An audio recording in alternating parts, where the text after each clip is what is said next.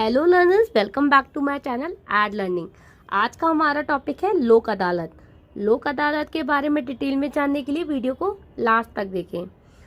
सबसे पहले देख लेते हैं लोक अदालत होता क्या है। लोक अदालत एक वॉलेंट्री एजेंसी है।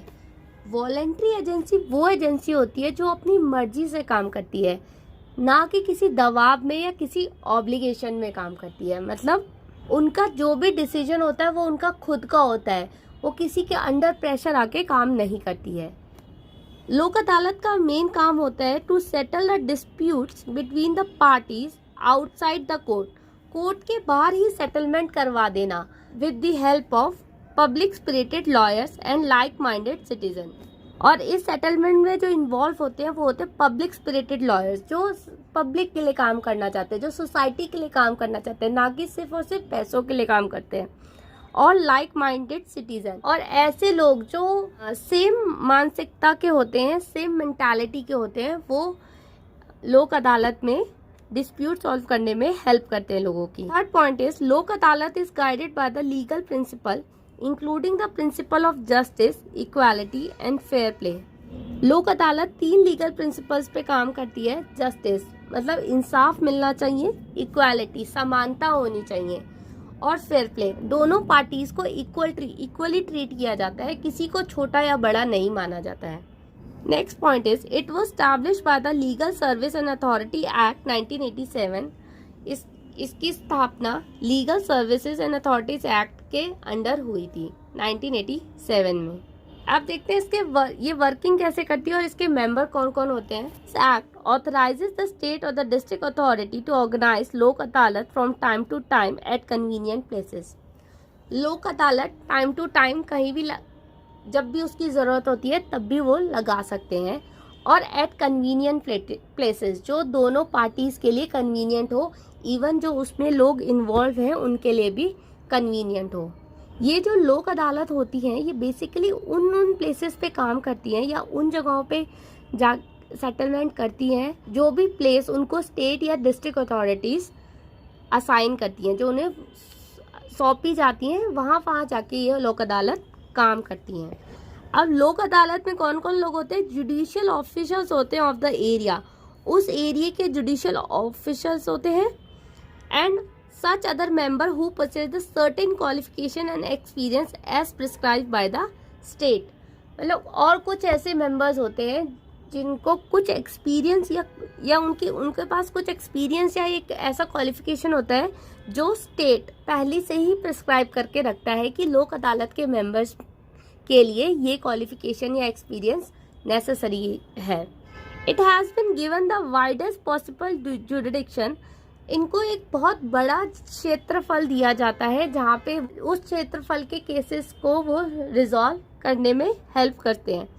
और it can take up any matter pending in any court including the apex court.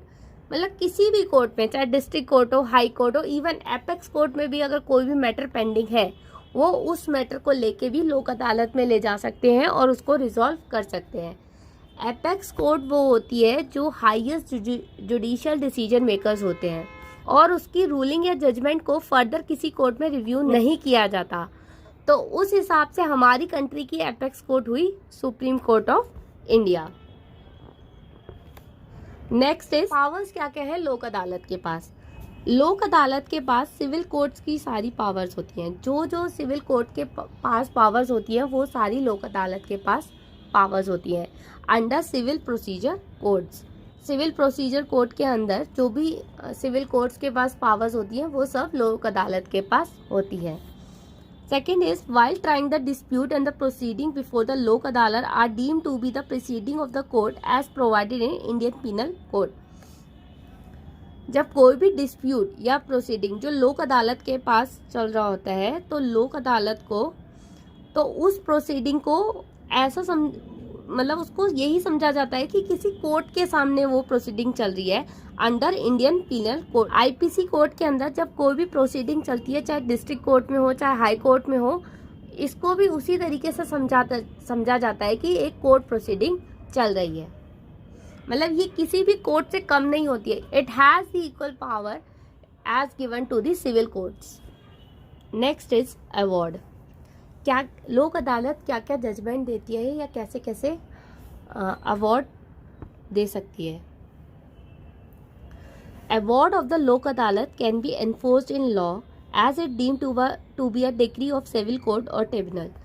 जो लोक अदालत है वो सिविल कोड और ट्रिब्यूनल के बराबर ही होती है, तो वो जो भी अवार्ड या जजमेंट देती है वो एनफोर्स्ड बाय लॉ होता है, वो कानून के अंदर एनफोर्स्ड किया जाता है। Such award is final and binding upon all the parties in dispute to avoid further cost and delay. जो भी उसमें अवार्ड दिया जाता है वो सभी पार्टीज जो भी उस डिस्प्यूट में इन्वॉल्व होती हैं सभी के ऊपर फाइनल और बाइंडिंग होता है, मतलब सभी को वो मानना ज़रूरी होता है, जिससे कि आगे का खर्चा भी बच जाता है, मतलब कोर्ट में जाने का आगे ज़रूरत नहीं पड़ता है और टाइम भी बच जाता है और वो केस भी ख़त्म हो जाता है। No appeal has been providing from such an award to any court. इस तरीके के अवार्ड से किसी भी अदालत में कोई भी अपील नहीं की जाती है, मतलब कि जो भी अवार्ड लोक अदालत देती है as it is a degree of civil court, तो वो बाइंडिंग होता है पार्टीज पे और वो किसी भी दूसरी कोर्ट में जाके अपील नहीं कर सकते हैं। So guys, this is all about लोक अदालत। आई होप सबको वीडियो अच्छा लगा होगा। अगर वीडियो अच्छा लगा हो तो वीडियो को लाइक करें, शेयर करें, कमेंट करें और चैनल को सब्सक्राइब करना ना भूलें। तब तक के लिए बाय बाय, टेक केयर।